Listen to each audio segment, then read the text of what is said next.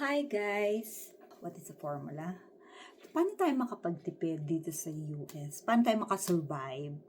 Especially here in US, kahit saan tayo, kahit sa Pilipinas, kahit sa ibang bansa, uh, need nating need nating mag-save or mag-invest how to survive these days.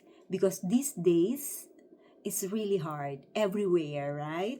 You feel, I feel, really I feel, especially if you're single. I'm single. I'm single. I'm single. Um, you need really, kailangan natin makasurvive.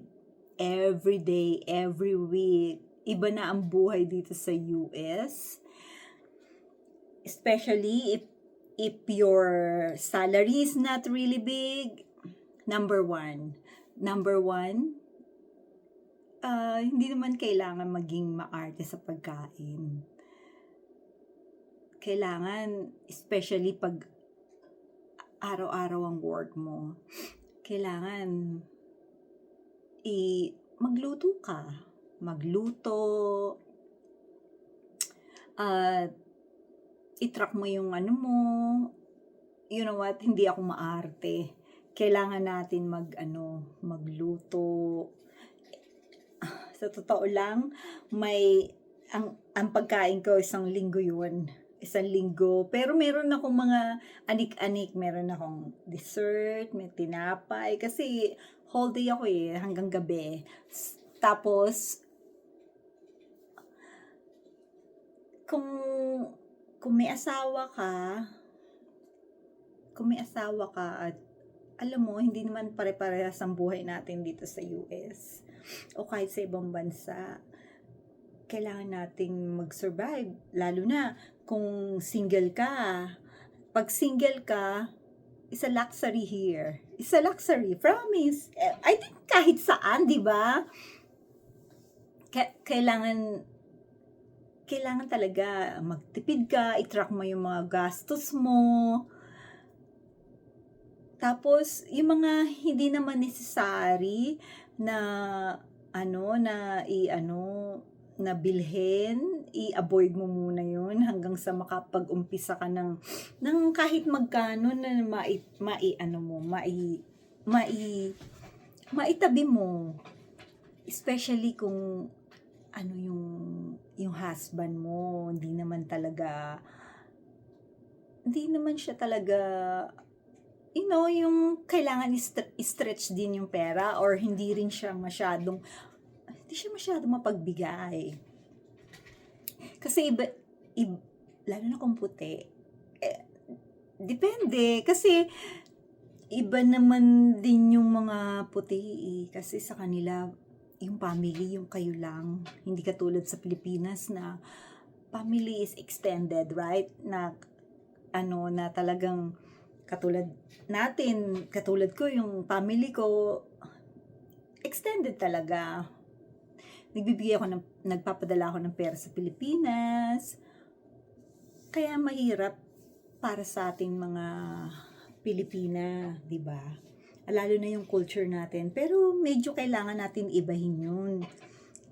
Kasi talagang kung puti ang asawa mo, talaga, iba talaga. Hindi talaga sila yung Depende, meron naman siguro, pero kailangan mo talagang kumilos, kailangan mo magtrabaho. Kailangan mo rin magtrabaho para wala siyang masabi. At saka, be smart. Be smart, sa totoo lang. Although, yes, yung iba sinasabi, bakit mapagbigay naman ng asawa ko, pero wala naman forever Walang forever. Totoo lang. Pero, may ilan-ilan. Pero, kung ako sa inyo, be smart. Kailangan, syempre, magtabi kayo para sa sarili nyo. Kaya ako nakasurvive ako. Kasi, nagtabi ako para sa sarili ko. Kasi, you don't know what happened tomorrow, right? So, yun ang number one gawin nyo. Sa totoo lang.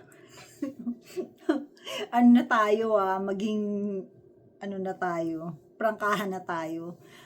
Yun ang talagang yun ang aking formula. Yun ang formula. Kasi, syempre, pag in love ka, natural. Di ba? Syempre, bulag ka, pero kailangan i-open-minded ka rin, no? Open-minded ka, kailangan magtabi ka ng para sa'yo. Sa totoo lang, it's a true. Promise. Kung gusto mong makasurvive, you don't know what happened tomorrow. Sa totoo lang. Tapos, yung huwag ka masyadong maarte. Yun lang naman huwag masyadong maarte sa pagkain. Kung may luho ka, medyo babaan mo. Tapos pero hindi pa rin naaalis, di ba? Kasi mga babae tayo, di ba? So, ngayon, yung mga kailangan, bili ka ng mga pang makeup or something, cream. Pero kailangan, kailangan talaga magtabi ka. Kasi lalo na kung may anak ka, ang hirap. You don't know tomorrow. Kailangan talagang maging wise ka dito o kahit saan ka man. Diba? Mahirap. I'm single now, so I love being single again. Talagang ang masasabi ko lang, ang mapapayo ko lang, huwag masyadong maarte sa pagkain. Pero sa totoo lang, ang lakas din kasi saka huwag masyadong katulad niyan sa mga Netflix, kung hindi ka naman masyadong nanonood, ikat mo na lang. Tama yun, yung mga naririnig natin sa ibang channel. 'Di ba? Yung mga vlog, totoo yun. Tapos kung ano yung medyo hilig mo, huwag masyadong bonggacious. Maybe siguro bumili ka isang beses sa isang buwan or isang beses sa isang kailangan mo talaga mag-downgrade kung ano yung mo. Saka kailangan talaga double, triple job. Ganun. Kasi ang hirap ng buhay dito. O kahit naman siguro kahit saan, kahit nga sa Pilipinas, ang hirap, di ba? So ngayon, kailangan talaga ako kasi kahit anong hindi naman ako mapili. Kasi, syempre kailangan mong mabuhay dito, kailangan mong mag side hustle. Hindi kailangan na maarte ka. O kung gusto mong mag-arte, gustong mag-aral talaga ng degree, so ngayon, magkakautang ka pa. Pero kung sagot naman ng asawa mo, edi go, right? Pero kung hindi, kung ikaw magbabayad, tatrabaho ka, tapos ibabayad mo lang din. Pero kung bata ka pa, go mag-aral ka. Pero kung nasa middle age na, mag-isip-isip ka na kailangan medyo bilisan mo konti. Tapos, mag-invest ka, ganun. Pero kung naman, yun nga, middle age ka. So, medyo ibahin mo yung plan mo. Yeah, kailangan mo maging rito. Saka, maging matalino. Lalo na, huwag masyadong maraming utang. Medyo iwasan mo yung utang sa card or kuha ng bagong sasakyan. Ganun. Huwag masyado. Huwag. Tapos, kailangan talagang may emergency ka sa sarili mo. Hindi yung... kasi nga, di ba? Just in case. Huwag magpakampante. Kung gusto mo na kung 'di ba, kung wala namang pero mas maganda pa rin yung na meron kang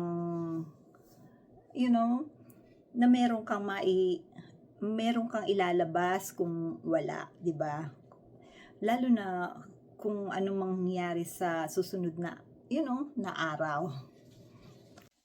Kaya masasabi ko, mga ka-budgetarian, mag magtipid, be honest, sa mga kamag-anak natin na hindi pinupulot ang pera dito. 'Di ba? Totoo naman hindi naman talaga pinupulot ang pera dito. Talagang kailangan mo talaga magsipag dito.